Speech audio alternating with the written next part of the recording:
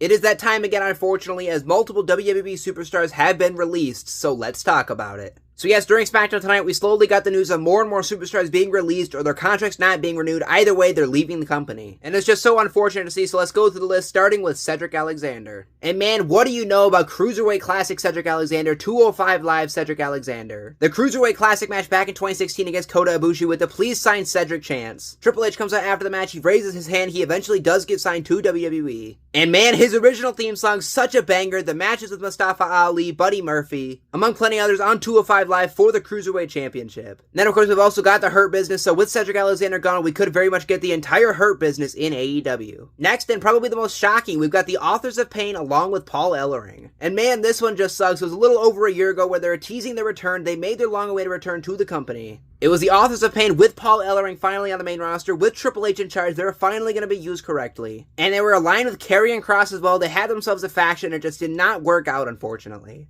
And again, I just don't see how you can't use the Authors of Pain correctly. They're just two big, gigantic men who are going to beat you up. Just book them that way, book them like the dominant tag team they are, and they've got Paul Ellering at their side. I don't understand how twice now, once in the Vince McMahon era and once in the Triple H era, they just fumbled the bag with the Authors of Pain. And another pretty shocking one, considering she's on TV on a fairly regular basis. She's on TV for a pretty regular basis her entire career, it seems like. And that is Sonya Deville, of course, of the Pure Fusion Collective. And I think it goes without saying that the Pure Fusion Collective aren't quite the most interesting characters on Raw. But there's nothing against the talent. Zoe Stark, Shayna Baszler, and Sonya Deville, all three very talented. Sonya Deville pretty underrated. And again, it definitely sucks to see Sonya Deville gone. Definitely some untapped potential there. And we end with Blair Davenport, who did a grand total of nothing on the main roster since being drafted from NXT. And this is just an example, and they've done it a few times in both the Vince McMahon era and the Triple H era. Why draft somebody from NXT? Why call somebody up from NXT with zero plans for them? We've seen it so many times. We've seen stars called up with just absolutely zero plans. They do quite literally nothing on the main roster. And then they just get released without a proper chance. If you had no plans for them, just leave them in NXT. Let them just stay in NXT. Let them continue to find their character, especially considering she didn't do a whole lot in NXT anyways. I just don't understand what was going through their minds, what their plans were when they decided we're going to draft Blair Davenport and call her up to SmackDown. So that is all the releases as of now. Hopefully that is it. Hopefully we don't wake up to news of more stars released. It sucks every time we see it. Multiple incredibly talented men and women gone, but I've got no doubt they'll land on their feet soon.